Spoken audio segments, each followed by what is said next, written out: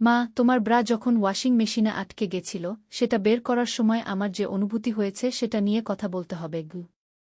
Washing মেশিনে কাপড় দিয়েছিলাম সকালে। বিকেলে দেখি মেশিন কাজ বন্ধ করে দিয়েছে। ছেলে এসে দেখল কাপড়গুলো ড্রামের মধ্যে আটকে গেছে। সে হাত ঢুকিয়ে একটা একটা করে কাপড় বের করতে লাগল। হঠাৎ আমার একটা ব্রা বের হলো তার হাতে। আমি লজ্জা পেয়ে গেলাম। তাড়াতাড়ি সেটা নিয়ে নিতে গেলাম। কিন্তু সে হাতটা সরাল না।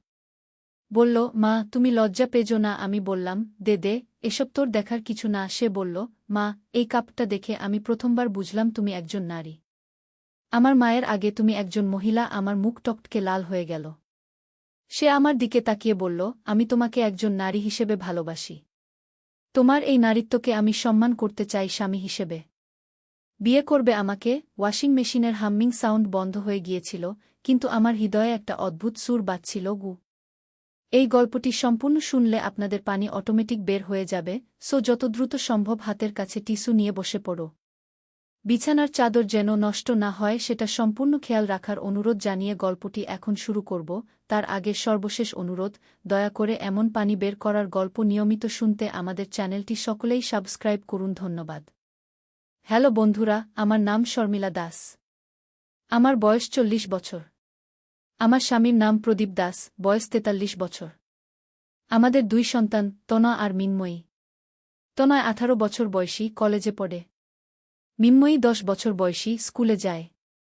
কিন্তু আমি যে ঘটনাটার কথা বলছিলাম সেটা আসলে শুরু হয়েছিল অনেক আগে থেকেই।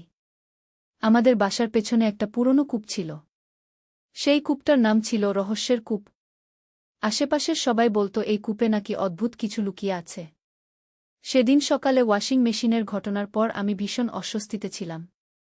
তনয়ের সেই কথাগুলো আমার মাথায় ঘুরপাক খাচ্ছিল। আমি কি সত্যিই একজন মা হিসেবে ব্যর্থ হয়েছি? নাকি তনয়ের মনে অন্য কোনো অদ্ভুত চিন্তা এসেছে?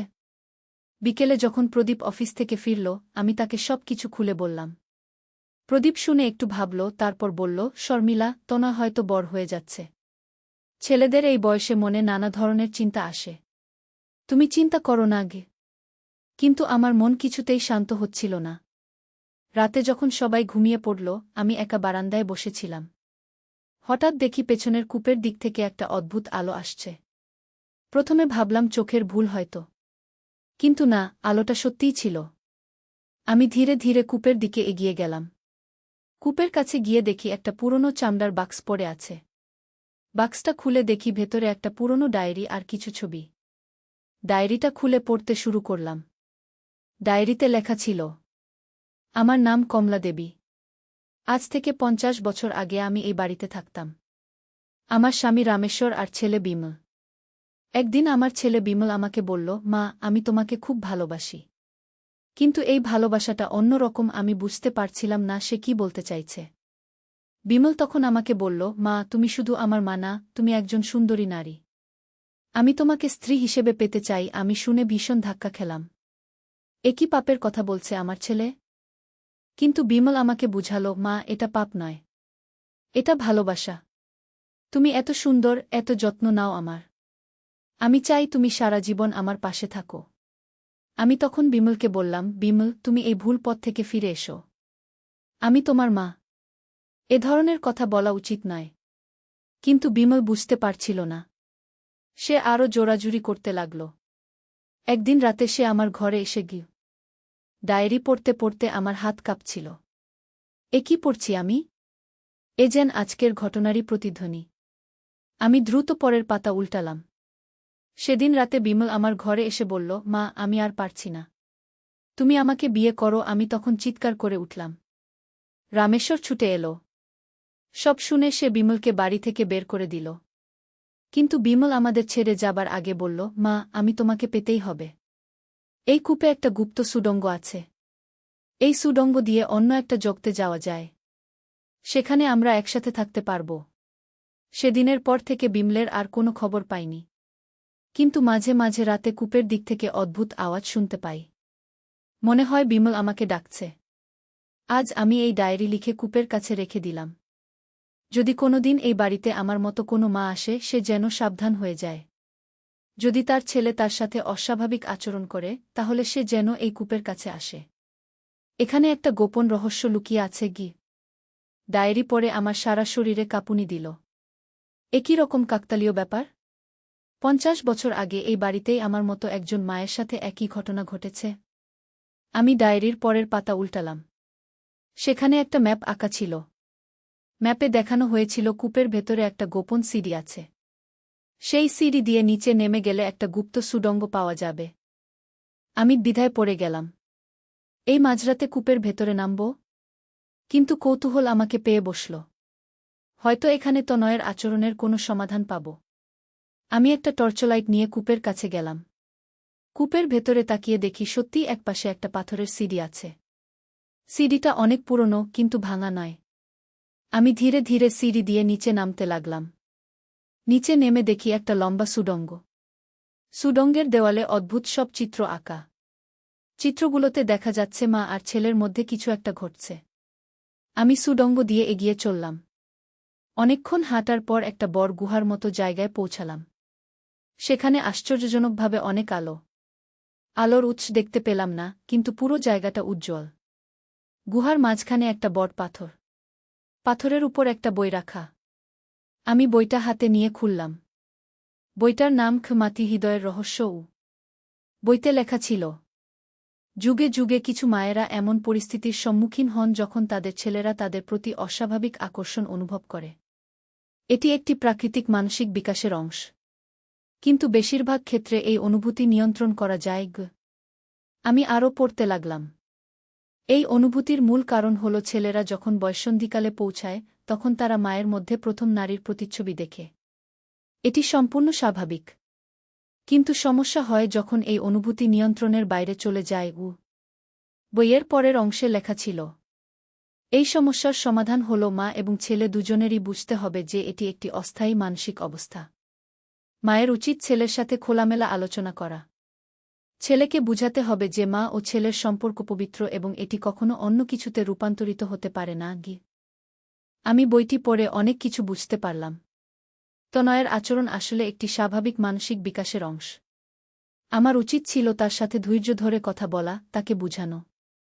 কিন্তু তখন গুহার ভেতর থেকে একটা অদ্ভুত আওয়াজ শুনতে পেলাম। মনে হলো কেউ যেন আমাকে ডাকছে। আমি চারদিকে তাকালাম কিন্তু কাউকে দেখতে পেলাম না। হঠাৎ গুহার একপাশে একটা দরজা খুলে গেল। দরজার ওপাশে আলো জ্বলছে। আমি কৌতূহলী হয়ে সেদিকে এগিয়ে গেলাম।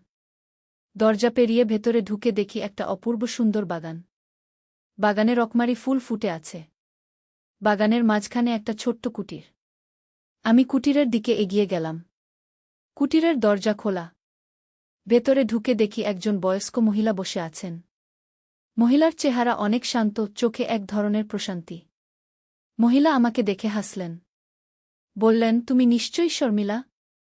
আমি তোমার জন্য অপেক্ষা করছিলাম। আমি অবাক হয়ে বললাম, আপনি কে? আপনি আমাকে চেনেন কিভাবে?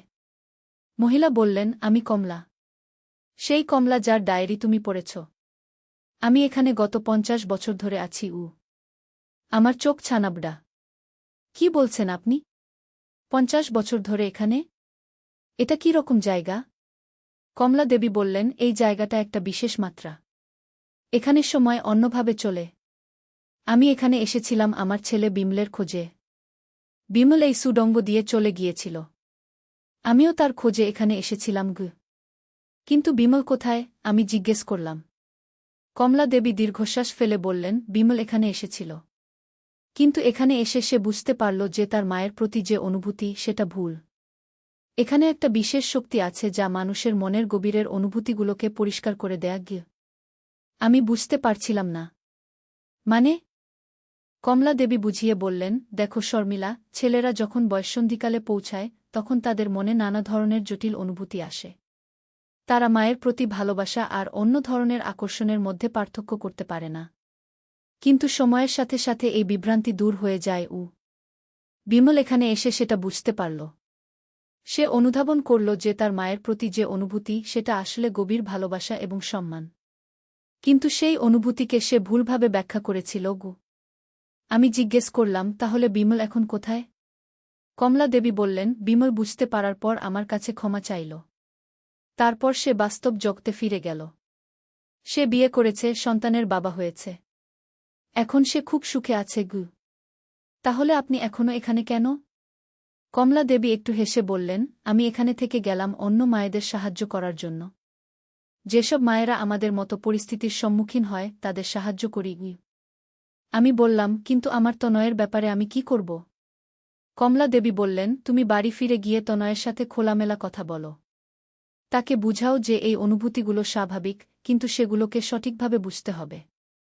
মা এবং ছেলের সম্পর্ক পৃথিবীর সবচেয়ে পবিত্র সম্পর্ক। এই সম্পর্কে ভালোবাসা, শ্রদ্ধা এবং যত্ন আছে। কিন্তু এটা কখনো অন্য কিছুতে রূপান্তরিত হতে পারে না গে। আমি কমলা দেবীর কথা শুনে অনেক স্বস্তি পেলাম। কিন্তু তখন একটা প্রশ্ন মনে এলো। কমলা দেবী, আপনি এতদিন আপনার পরিবারের কথা ভাবেননি? আপনার স্বামী রামেশ্বর বাবুর কি হয়েছে? কমলা দেবী বললেন, এই জায়গায় সময় অন্যভাবে চলে। এখানে আমি 50 বছর ছিলাম, কিন্তু বাস্তব জগতে হয়তো এক রাত কেটেছে। রামেশ্বর এখনও আমার জন্য অপেক্ষা করছে গি। আমি অবাক হয়ে বললাম, সেটা কিভাবে সম্ভব? এই মাত্রার সময় আলাদা।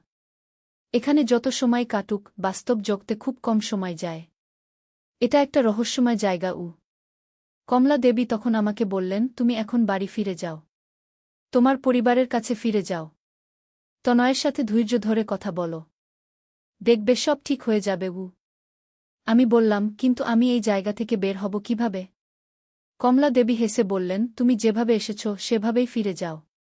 কিন্তু মনে রেখো, এই রহস্যের কথা কাউকে বলো না। এটা শুধু তোমার এবং আমার মধ্যে থাকুক। আমি কমলা দেবীকে ধন্যবাদ জানিয়ে বাগান থেকে বের হয়ে এলাম। সেই একই পথ দিয়ে সুডঙ্গ সিডি হয়ে কূপ থেকে বের হয়ে এলাম। ঘড়ি দেখে অবাক। এখনও রাত 12টা। মানে আমি যতক্ষণ সেখানে ছিলাম এখানে শুধু কয়েক মিনিট কেটেছে। আমি ঘরে ফিরে এলাম। প্রদীপ আর বাচ্চারা সবাই গভীর ঘুমে। পরের দিন সকালে তনয় ঘুম থেকে উঠে আমার কাছে এলো। বলল, মা, গতকাল আমি যা বলেছিলাম সেটা নিয়ে আমি সারারাত ভেবেছি। আমার মনে হচ্ছে আমি কিছু ভুল বুঝেছি। আমি তনয়কে কাছে ডেকে বসালাম। বললাম, তনয়, তুমি যা বলেছিলে সেটা নিয়ে আমিও ভেবেছি। তুমি এখন বড় হয়ে যাচ্ছ। তোমার মনে নানা ধরনের অনুভূতি আসা স্বাভাবিক। তনয় একটু লজ্জিত ভঙ্গিতে বলল, মা, আমি আসলে বুঝতে পারছিলাম না আমার মনে কি হচ্ছে। তুমি আমার খুব যত্ন নাও, ভালোবাসো। সেই ভালোবাসাটাকে আমি ভুলভাবে বুঝেছি। আমি তনয়ের হাত ধরে বললাম, তনয়, মা এবং ছেলের মধ্যে যে ভালোবাসা সেটা পৃথিবীর সবচেয়ে পবিত্র ভালোবাসা। এই ভালোবাসায় আছে যত্ন, আছে মমতা, আছে গভীর শ্রদ্ধা। কিন্তু এটা অন্য কোনো ধরনের সম্পর্কে রূপান্তরিত হতে পারে না। তনয় বলল, মা, আমি এখন বুঝতে পারছি। আমি তোমাকে মা হিসেবেই ভালোবাসি। আর সেটাই সবচেয়ে সুন্দর।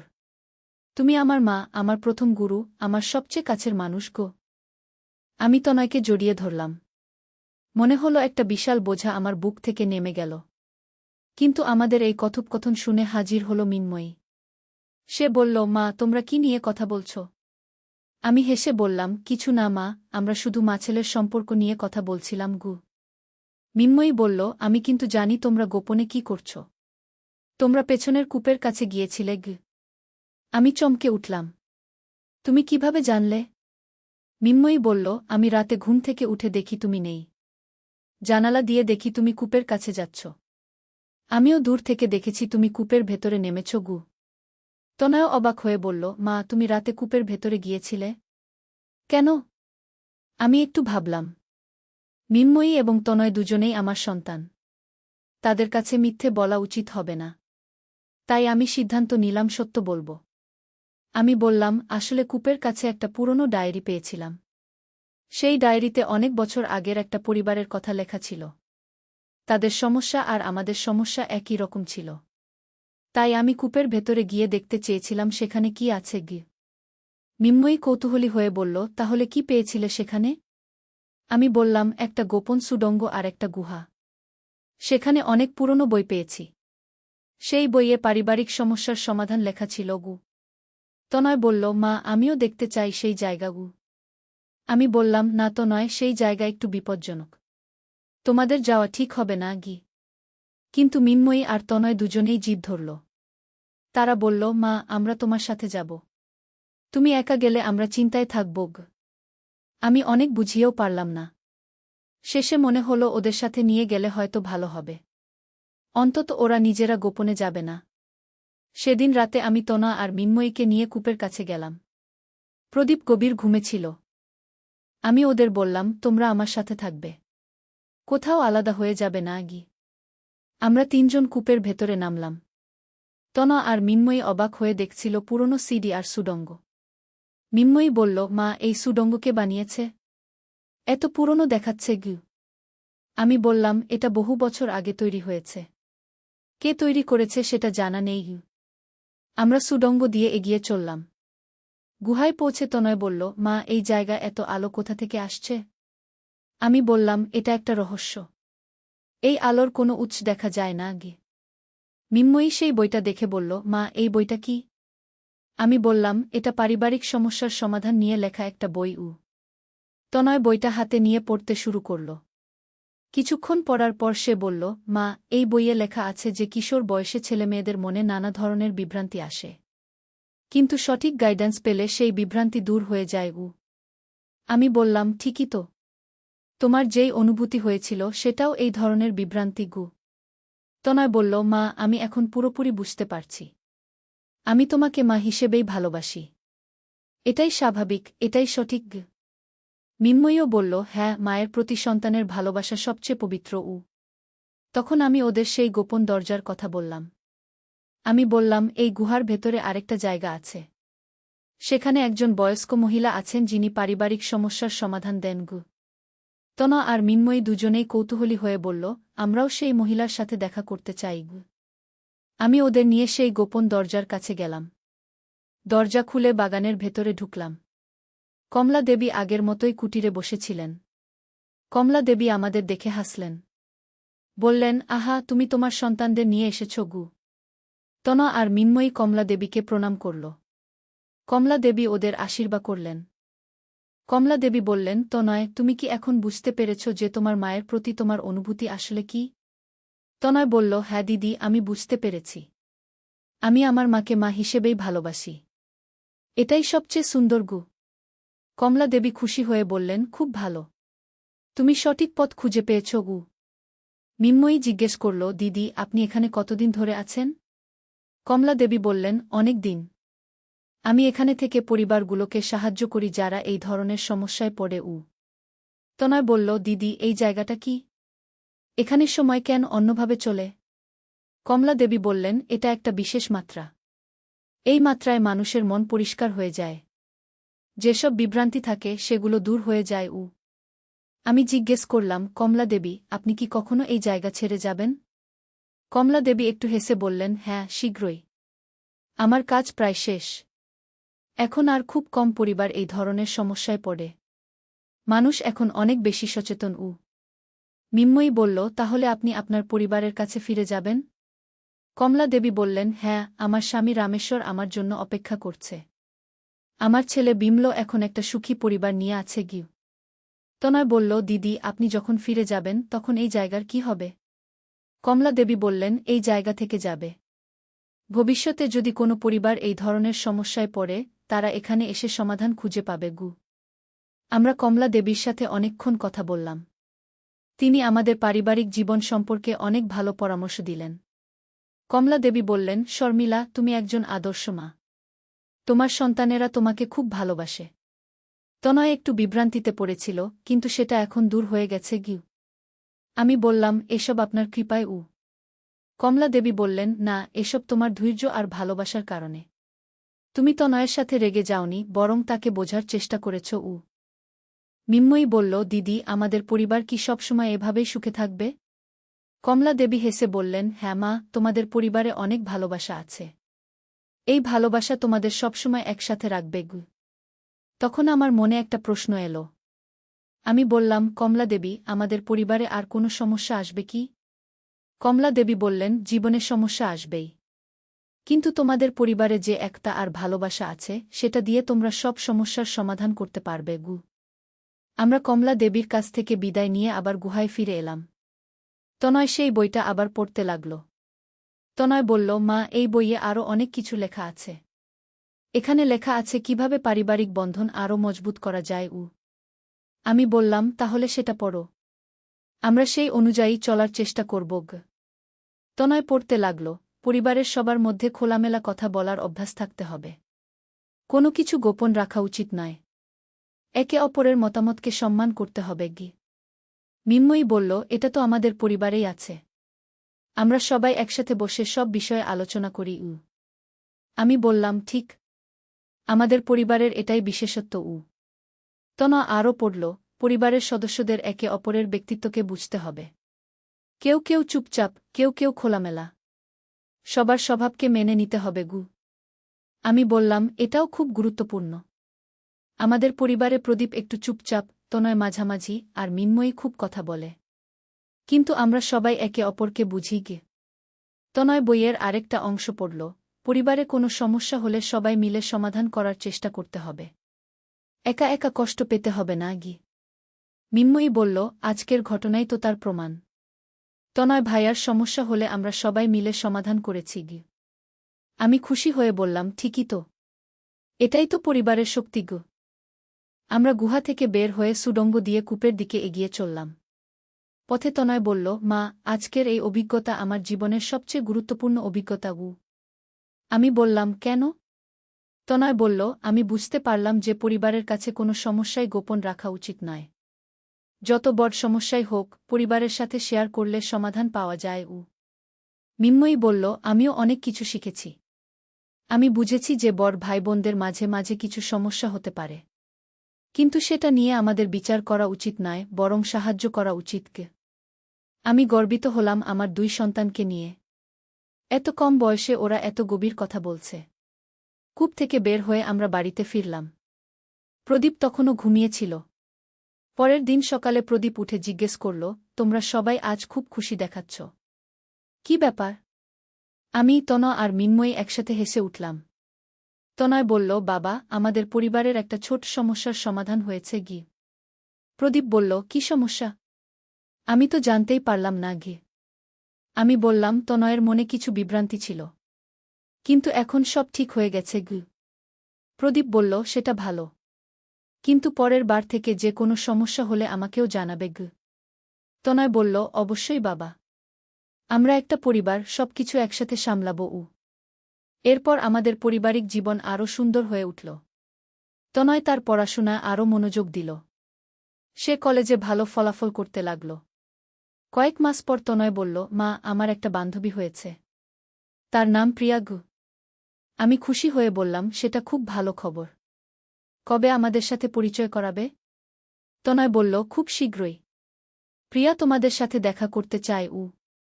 মিন্ময়ীও উৎসাহিত হয়ে বলল, আমারও একটা ভাবি হবে। আমরা সবাই হেসে উঠলাম। 1 সপ্তাহ পর তনয় প্রিয়াকে আমাদের বাড়িতে নিয়ে এলো। প্রিয়া খুব মিষ্টি একটা মেয়ে। সে আমাদের সবার সাথেই খুব ভালো মিশল। প্রিয়া আমাকে বলল, আন্টি, তনয় আপনার সম্পর্কে অনেক বলেছে। বলেছে আপনি পৃথিবীর সেরা মা। আমি লজ্জা পেয়ে বললাম, আরে না, আমি তো সাধারণ একজন মা। প্রিয়া বলল, না আন্টি, সাধারণ নন। তনয়ের মধ্যে যে ভদ্রতা, যে পরিবারের প্রতি ভালোবাসা দেখি, সেটা আপনার ভালো লালনপালনের ফল। আমি গর্বিত হলাম। সেদিন রাতে যখন প্রিয়া চলে গেল, তনয় আমার কাছে এসে বলল, মা, প্রিয়া কেমন লাগল? আমি বললাম, খুব ভালো। সে একটা সুন্দর মেয়ে। তুমি ভালো পছন্দ করেছ। তনয় বলল, মা, আমি প্রিয়াকে ভালোবাসি। কিন্তু তোমার চেয়ে বেশি নয়। তুমি আমার মা, আমার প্রথম ভালোবাসা। প্রিয়া আমার জীবনসঙ্গী হবে। আমি তনয়কে আশীর্বাদ করলাম। মনে হলো আমার ছেলে সত্যিই পরিণত হয়েছে। কয়েক বছর পর তনয় আর প্রিয়ার বিয়ে হল। বিয়ের দিন তনয় আমাকে বলল, মা, আজ আমার জীবনের সবচেয়ে খুশির দিন। কিন্তু আমি যা হয়েছি সেটা তোমার কারণে। আমি চোখের পানি মুছে বললাম, তনয়, তুমি আমার গর্ব। বিয়ের 1 বছর পর তনয় আর প্রিয়ার একটা ছেলে হল। তনয় তার ছেলের নাম রাখল অর্ণব। তনয় বলল, মা, এখন আমি বুঝতে পারছি মা ছেলের সম্পর্ক কত গভীর। আমার ছেলে অর্ণবের দিকে তাকিয়ে আমি বুঝতে পারছি তুমি আমাকে কত ভালোবাসতে। আমি খুশি হয়ে বললাম, এটাই তো জীবনের চক্র। তুমি এখন বাবা, তুমিও তোমার ছেলেকে সেই ভালোবাসা দেবে যেটা আমি তোমাকে দিয়েছি। মিন্ময়ীও এখন কলেজে পড়ে। সেও একটা ভালো মেয়ে হয়ে বড় হয়েছে। মাঝে মাঝে সে বলে, মা, আমি যখন বিয়ে করব, আমিও তোমার মতো একজন ভালো মা হতে চাই। এখন আমাদের পরিবারে নতুন সদস্য হয়েছে প্রিয়া আর ছোট্ট অর্ণব। আমাদের বাড়িতে আরও বেশি হাসি আনন্দ। কিন্তু সেই রহস্যময় কূপের কথা আমরা কখনো ভুলি না। মাঝে মাঝে তনয় বলে, মা, সেই রাতের ঘটনা না হলে আমি হয়তো আজ এত সুখী হতে পারতাম না গি। আমিও মনে করি সেই অভিজ্ঞতা আমাদের পরিবারকে আরও মজবুত করেছে। একদিন প্রিয়া আমাকে জিজ্ঞেস করল, মা, তনয় মাঝে মাঝে বলে যে আপনাদের বাড়িতে একটা বিশেষ জায়গা আছে। সেটা কি? আমি হেসে বললাম, তনয় হয়তো আমাদের বাগানের কথা বলেছে। আমাদের পেছনে একটা সুন্দর বাগান আছে গি। প্রিয়া বলল, না মা, সে কূপের কথা বলেছে। বলেছে সেই কূপে নাকি রহস্য আছে গি। আমি একটু ভাবলাম। প্রিয়া এখন আমাদের পরিবারের সদস্য। তার কাছে সত্য গোপন রাখা ঠিক হবে না। আমি বললাম, প্রিয়া, একদিন সময় পেলে তোমাকে সেই কূপের কাহিনী বলব গো। সেদিন রাতে আমি প্রিয়াকে পুরো ঘটনা বললাম। কমলা দেবীর কথা, সেই রহস্যময় জায়গার কথা, সবকিছু। প্রিয়া অবাক হয়ে শুনল। বলল, মা, এই যেন এক অবিশ্বাস্য গল্প। কিন্তু এটা কি সত্যি? আমি বললাম, হ্যাঁ প্রিয়া, একেবারে সত্যি। তনা আর মিন্ময়ী দুজনেই সেখানে গেছে, কমলা দেবীর সাথে দেখা করেছে গু। প্রিয়া বলল, আমিও একদিন সেই জায়গা দেখতে চাই গু। আমি বললাম, সেটা সম্ভব। কিন্তু এই ব্যাপারটা আমাদের পরিবারের মধ্যেই রাখতে হবে গু। প্রিয়া মাথা নেড়ে সম্মতি জানাল। পরের রাতে আমি প্রিয়াকে নিয়ে কূপের কাছে গেলাম। তনয়ও আমাদের সাথে ছিল। আমরা সেই পরিচিত পথে সুডঙ্গ গুহা পেরিয়ে কমলা দেবীর কাছে পৌঁছালাম। কমলা দেবী প্রিয়াকে দেখে বললেন, আহা, এই তো তনয়ের স্ত্রী। তুমি খুব ভালো মেয়ে গি। প্রিয়া কমলা দেবীকে প্রণাম করে বলল, দিদি, আপনার কথা শুনে আমি খুব কৌতূহলী হয়েছিলাম গু। কমলা দেবী বললেন, প্রিয়া, তুমি এই পরিবারের নতুন সদস্য। তোমার জানা উচিত যে তুমি কত সুন্দর একটা পরিবারে এসেছ গু। প্রিয়া বলল, দিদি, আমি বুঝতে পারছি। তনয়ের মধ্যে যে সংস্কার, যে মূল্যবোধ দেখি, সেটা এই পরিবারের কারণে গু। কমলা দেবী খুশি হয়ে বললেন, ঠিকই বলেছ। শর্মিলা একজন আদর্শ মা। তার সন্তানেরা তার কাছ থেকে ভালো শিক্ষা পেয়েছে গি। তনয় বলল, দিদি, আমার এখন একটা ছেলে হয়েছে। তার নাম অর্ণব। আমি কিভাবে তাকে ভালো করে মানুষ করব? কমলা দেবী বললেন, তনয়, তুমি যেমন লালনপালন পেয়েছ, তোমার ছেলেকেও তেমন লালনপালন দেবে। ভালোবাসা দেবে, কিন্তু শাসনও করবে। তাকে সঠিক ভুলের পার্থক্য শেখাবে গু। প্রিয়া বলল, দিদি, আমি একজন ভালো মা হতে পারব তো? কমলা দেবী হেসে বললেন, অবশ্যই পারবে। তুমি ভালো পরিবারে এসেছ। এই পরিবার তোমাকে সব সাহায্য করবে গু। আমি বললাম, কমলা দেবী, আপনি কবে আপনার পরিবারের কাছে ফিরে যাবেন? কমলা দেবী বললেন, খুব শীঘ্রই। আমার কাজ প্রায় শেষ। এখন আর খুব কম পরিবারের এই ধরনের সাহায্যের প্রয়োজন হয় গু। তনয় বলল, দিদি, আপনি চলে গেলে এই জায়গার কি হবে? কমলা দেবী বললেন, এই জায়গা থেকে যাবে। ভবিষ্যতেও যদি কোনো পরিবারের প্রয়োজন হয়, তারা এখানে এসে সাহায্য পাবে গু। প্রিয়া বলল, দিদি, আমরা কি মাঝে মাঝে এখানে এসে আপনার সাথে দেখা করতে পারব? কমলা দেবী বললেন, আমি থাকা পর্যন্ত আসতে পারবে। কিন্তু আমি চলে যাবার পর এই জায়গা শুধু প্রয়োজনের সময় খোলে গু। আমরা কমলা দেবীর সাথে আরও কিছুক্ষণ কথা বলে বিদায় নিলাম। বাড়ি ফিরে প্রিয়া বলল, মা, আজকের অভিজ্ঞতা আমার জীবনে ভুলবার না। আমি বুঝতে পারলাম এই পরিবারের কত গভীর ভালোবাসা আছে গি। দিন যেতে লাগল। আমাদের পরিবারে আরও খুশির খবর এলো। মিন্ময়ীর বিয়ে ঠিক হলো একটা ভালো ছেলের সাথে। মিন্ময়ী বিয়ের আগে আমাকে বলল, মা, আমিও তোমার মতো একজন ভালো মা হতে চাই। আমাকে পরামর্শ দেবে গু। আমি বললাম, মিন্ময়ী, তুমি ইতিমধ্যেই অনেক কিছু শিখে গেছ। তুমি একজন ভালো মা হবে গু। মিন্ময়ীর বিয়েতেও আমাদের পুরো পরিবার একসাথে ছিল। তনয়, প্রিয়া, ছোট্ট অর্ণব, সবাই। বিয়ের দিন মিন্ময়ী আমাকে জড়িয়ে ধরে কাঁদল। বলল, মা, আমি তোমাকে খুব মিস করব গু। আমি বললাম, আমি তো আছি। যখন ইচ্ছে এসে দেখা করবে গু। মিন্ময়ী বলল, মা, আমি আমার বাচ্চাদের তোমার কাছে নিয়ে আসব। তুমি তাদের সেই ভালোবাসা দেবে যেটা আমাদের দিয়েছ গু। আমার চোখে পানি এসে গেল। মিন্ময়ী বিয়ের পর তার শ্বশুরবাড়িতে চলে গেল। কিন্তু সে নিয়মিত আমাদের সাথে যোগাযোগ রাখত। কয়েক মাস পর মিন্ময়ী ফোন করে বলল, মা, আমার একটা খবর আছে গি। আমি বললাম, কি খবর? মিন্ময়ী খুশি গলায় বলল, আমি মা হতে যাচ্ছি গু। আমি আনন্দে চিৎকার করে উঠলাম। সত্যি? তুমি মা হবে? মিন্ময়ী বলল, হ্যাঁ মা। ডাক্তার কনফার্ম করেছে গি। আমি বললাম, এ তো খুব খুশির খবর। আমি এখনই তনয়দের জানাই। তনয় আর প্রিয়াও খুব খুশি হল। তনয় বলল, মা, এবার অর্ণবের একটা মাসি বা মামা হবে গু। আমি বললাম, হ্যাঁ, আমাদের পরিবার আরও বড় হচ্ছে গি। 9 মাস পর মিনময়ীর একটা মেয়ে হল। মিনময়ী তার মেয়ের নাম রাখল শর্মিলীকে আমার নামে। মিনময়ী বলল, মা, তুমি আমাদের যত ভালো করেছ, আমি চাই আমার মেয়েও সেই ভালোবাসা পাকু। আমি গর্বিত হলাম। এখন আমাদের বাড়িতে 2টা নাতি-নাতনি, অর্ণব আর শর্মিলী। দুজনেই আমার কাছে খুব আদরের। একদিন তনয় বলল, মা, অর্ণব বড় হচ্ছে। তার বয়স এখন 5 বছর। সে মাঝে মাঝে জিজ্ঞেস করে সেই কূপের কথা গি। আমি বললাম, সে কি জানে? তনয় বলল, সে জানে না পুরো ঘটনা। কিন্তু মাঝে মাঝে আমি তোমাকে কূপের দিকে যেতে দেখেছি। সেটা নিয়ে কৌতূহল গু। আমি বললাম, এখনও তার বয়স কম। বড় হলে বলা যাবে গু। কিন্তু কয়েকদিন পর অর্ণব আমার কাছে এসে বলল, নানি, সেই কূপে কি আছে? আমি বললাম, কেন? তুমি জানতে চাও? অর্ণব বলল, হ্যাঁ। বাবা বলেছে সেখানে একটা সুন্দর বাগান আছে গি। আমি ভাবলাম অর্ণব এখনো ছোট। কিন্তু সে আমাদের পরিবারের নতুন প্রজন্ম। তার জানার অধিকার আছে। আমি বললাম, অর্ণব, তুমি যদি খুব জানতে চাও, একদিন তোমাকে নিয়ে যাব গু। অর্ণব খুশি হয়ে বলল, সত্যি নানি?